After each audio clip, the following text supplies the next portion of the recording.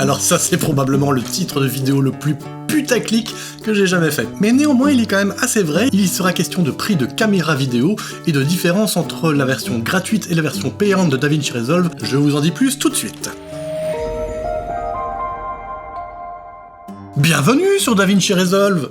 Pas du tout. Bienvenue sur Joli Pixel, la chaîne de la post-production en général et de DaVinci Resolve en particulier. Cette vidéo part d'une réflexion personnelle, je suis en train de méditer à changer de caméra, et très rapidement, ce qui fait monter le prix d'une caméra au modèle du dessus, c'est souvent, en fait, parmi les fonctions, il y a une fonction phare, qui est le nombre d'images par seconde, permettant ainsi de faire des ralentis. Très rapidement, si on passe de simplement 25 images secondes à 50, ou de 50 à 100, 120 et ainsi de suite, à chaque fois qu'on passe à palier, on a un gros boom de plusieurs centaines d'euros, voire plus. Et là je me suis dit, bon, ça fait quand même fort cher pour de temps en temps faire un ralenti, d'autant plus que, tiens, mais en fait, DaVinci Resolve, on sait faire des ralentis avec. Pourquoi faire un ralenti dans la caméra alors que je peux le faire dans DaVinci Resolve? Eh ben, on va un petit peu voir ce qui est possible de faire, quelles sont les limites, et est-ce que ça vaut la peine de peut-être passer à la version payante, et pourquoi? Voyons ça maintenant. Alors, voici l'image qui me servira de repère. Regardez bien, attention, c'est très impressionnant. Voilà. Je voulais faire un saut très haut, et là je vous assure que je fais un gros effort pour sauter le plus haut possible. Revoyons cette performance. C'est pathétique, je monte de 22 cm à tout casser, ça s'appelle bientôt la cinquantaine. Bah oui, c'est comme ça. Mais donc il y a pas mal de mouvements dans cette image, un mouvement certes ridicule, mais du mouvement qu'il pourrait être intéressant de ralentir. Mais là j'ai tourné à 25 images secondes, donc la seule possibilité de faire un ralenti, c'est d'utiliser la fonction de ralenti au sein de DaVinci Resolve. Alors je vais ici sur mon petit clip, je vais aller choisir Change Clip Speed, et je vais aller à moitié de la vitesse, un ralenti à 50%, donc l'équivalent de si j'avais tourné en 50 images secondes. Je fais Change, regardons un peu le résultat de ce ralenti. Et voilà, c'est de type complètement dégueulasse. Voilà, c'est absolument dégueulasse, hein, je pense qu'on peut le dire assez franchement. Oui, c'est dégueulasse. Puisque donc en fait on est dans un type de réglage de ralenti qui est pas top. Ici si on va dans l'inspecteur, là je vais dans Retime and Scaling, et le Retime Process, je vois qu'il est en mode Nearest.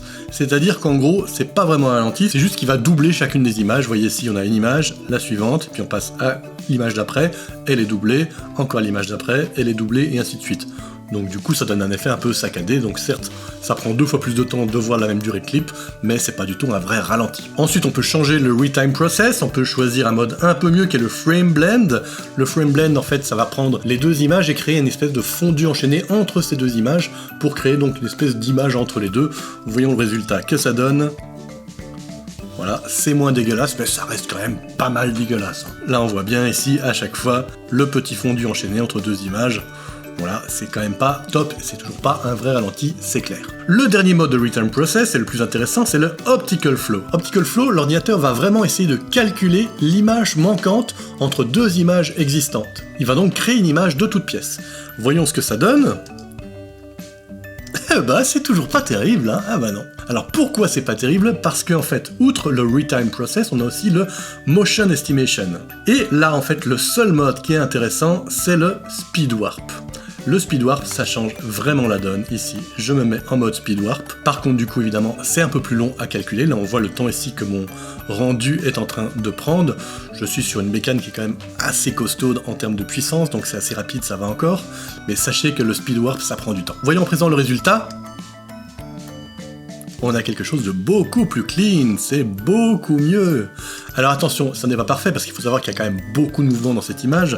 Si on regarde un petit peu image par image, on peut voir des fois qu'il y a un peu quand même des légers artefacts, mais honnêtement, sur le mouvement, quand le mouvement est lancé, ça se voit pas trop. Là par exemple, on voit ma main disparaît un petit peu, là il n'a pas réussi à bien calculer ma main. Après elle réapparaît, là aussi elle redisparaît, elle réapparaît. Mais honnêtement, une fois qu'on passe en vitesse réelle, ça se remarque pas trop. Mais bon, on avait une image qui avait beaucoup de mouvements, si votre image est un petit peu plus lente, on a des résultats bien meilleurs. Mais c'est donc là qu'est la clé de mon titre putaclic, c'est que le Speed Warp, c'est un mode de Motion Estimation qui n'existe que dans la version payante de DaVinci Resolve. Et donc je fais mon petit calcul, j'ai soit le choix entre une caméra à 2800 € qui fait que du 25 images secondes, soit une caméra à 4200 € qui fait du 60 images secondes. Ou alors je peux avoir la version de DaVinci Resolve payante qui me coûte 300 €. Donc 2800 € plus 300 €, ça fait 3100 €. 4200 €, ça fait 4200 €. Et donc 4200 € moins 3100 €, et 1100 €. Et voilà, je viens de vous faire gagner 1100 €.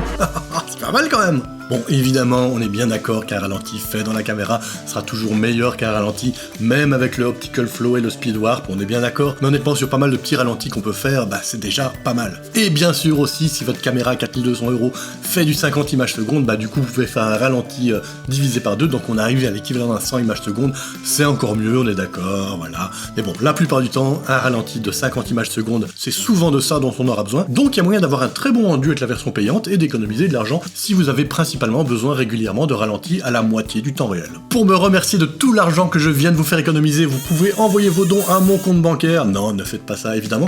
Par contre, vous pouvez vous abonner, comme ça vous serez au courant de mes prochaines vidéos. Vous pouvez cliquer sur le petit pouce en l'air, ça me fera plaisir. Vous pouvez laisser un petit commentaire, ça me fera plaisir aussi. Vous pouvez aussi répandre l'amour dans votre entourage, ça me fera plaisir aussi. Surtout si je fais partie de votre entourage. Oh et tiens, ça vous dirait un petit tuto sur l'étalonnage? Ça tombe bien, j'en ai un juste ici. On s'y retrouve? Allez, à tout de suite. C'était putaclic.